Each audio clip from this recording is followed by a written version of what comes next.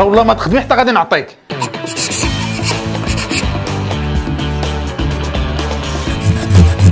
السلام عليكم. الموضوع اللي كيشغل الراي العام هاد الايامات وكيشغل الناس اللي كاينين في الفيسبوك هو الموضوع ديال الادماج ديال الدارجه في التعليم المغربي. وقول لكم كتعرفوا ان القصه بدات من واحد الاجتماع اللي داروه نور الدين عيوش. هذا الاجتماع اللي قدر يحل لنا جميع المشاكل ديال التعليم المغربي، وكانت الفكره سيادنا توب. شكرا شكرا شكرا شكرا شكرا شكرا. اذا سيادنا سال الاجتماع ديالنا وخرجنا بنتيجه واحده، وهي ان التعليم ديالنا ما كيكلخش بما فيه الكفايه. اذا الحل باش ان هذا الشعب يزيد يتكلخ نديروا لهم الدارجه. التعليم عندنا 60 عام هادي وحنا كنتقاتلوا معاه، ودازت عليه 70,000 حكومه وحتى واحد ما قدر عليه، حتى جا السي نور الدين عيوش برافو عليه لقى لينا الحل. انا بغيت نعرف هاد الناس اللي داروا هاد المناظره وخرجوا بهذا الحل العجيب، واش كتسحبونا عايشين في السويد؟ والله العظيم الا التعليم المغربي مزيان. لا انت عالم بوحدك، غير اسكت. خلينا غير نكملوا مع هادو. بغيت غير نقول للناس اللي هزاهم الناس على الدارجه المغربيه وعواد ما تجيو تدخلوها في التعليم المغربي، سيروا بعدا حيدوا الفرنسي بالادارات، سيروا حيدوا الفرنسي من الشركات، وحيدوا الفرنسي من السميات ديال المحلات وديال الشركات وديال القهاوي وديال الريستورات. والسيفيات عندنا علاش باقيين كنكتبوهم بالفرنسي؟ ولي زونتروتيان بروسون ديال الخدمه علاش ما كندوزوهمش بالدارجه؟ مزيان واخا. شنو هما البلايص اللي خدمتي فيهم كاع؟ شوف الشاف خوك راه كتاف ما تخممش، راني كنت كنبضي المواس، كندير كروسه ديال التمر، كنبيع الفاخر في العيد، كنبيع الطعرش في عاشوراء، وفي العيد الكبير كندبح البهايم. شوف العرا من الاخر ما تخممش، طبر على خوك عافاك. خويا اش غدير؟ سيزي حتى نعاودو نعيطوا عليك سير.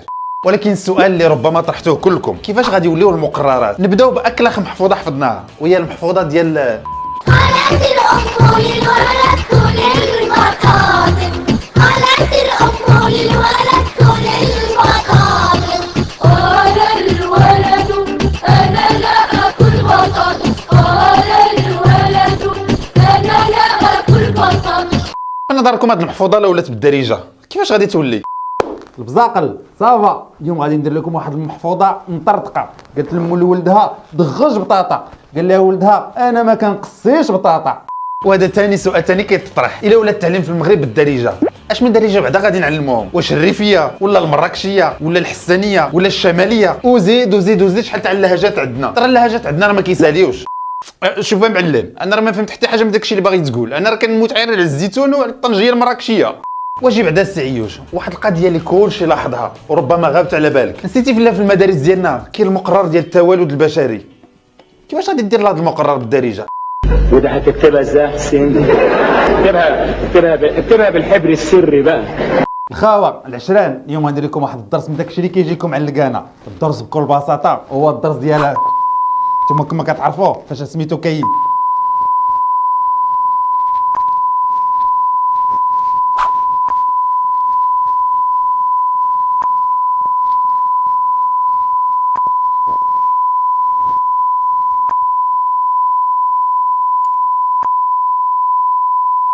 يا ويلي ويلي ويلي ويلي، نتوما فين بانت القسم؟ نتوما فين بانت القسم؟ انا بعدا الا جات عليا وكانوا باغي يدخلوا الدارجه في التعليم يدخلوها في ماده وحده اللي عندكم كلكم مشكل معاها، وهي الماده ديال الفلسفه.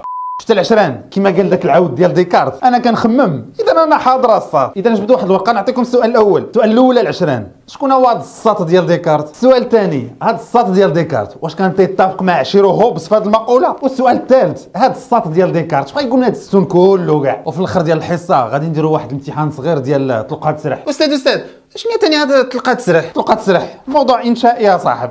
تخيلوا معايا كون كانت الفلسفه بالدارجه، ترى كلشي غادي يضرب فيها 18 الفوق. بيني وبينكم لا طبقات القانون ديال الادماج ديال الدارجه في المدارس ديالنا عندك واحد اللي غادي يستافد من هذا القانون، التعليم الخاص بطبيعه الحال، لحقاش كلشي غادي يخاف على ولادو من التكلاخ وغادي يهزهم يديهم المدارس ديال الفلوس يقراو بالفرنسي والانجلي. هي ما درنا والو. تعيوش المشكل ديال التعليم المغربي ماشي هو مشكل ديال دارجه ولا عربيه ولا فرنسي ولا انجلي، المشكل ديال التعليم عندنا هو مشكل ديال البنيات التحتيه ما كايناش، هو المشكل ديال المعدات وديال الاجهزه اللي ما كنشوفوهاش، هو المشكل ديال الاطر اللي ما مكوناش مزيان، ثم المشكل الكبير هما دوك المقررات اللي كنقرروا لولادنا، لانهم كلهم منقولين على مقررات ديال دول اجنبيه وما عندهم لا علاقه لا بثقافتنا ولا حتى بمجتمعنا. ولكن غادي نمشيو للمدرسه باش نقراو بالدارجه غير نبقاو جالسين حدا مواتنا وجداتنا. انا متاكد اننا غنتعلموا منهم اكثر من داكشي اللي غنتعلموا في مدارسنا. ايوا هادشي اللي عطا الله في هاد البلاد السعيده. ايوا سيدنا الحلقه ديالنا سالات كالعاده، ما تنساوش انكم تلحقوا الموقع ديالنا h24info.ma وديروا واحد سبسكرايب صغير لاشين. نتلاقاو ان شاء الله في الحلقه الجايه.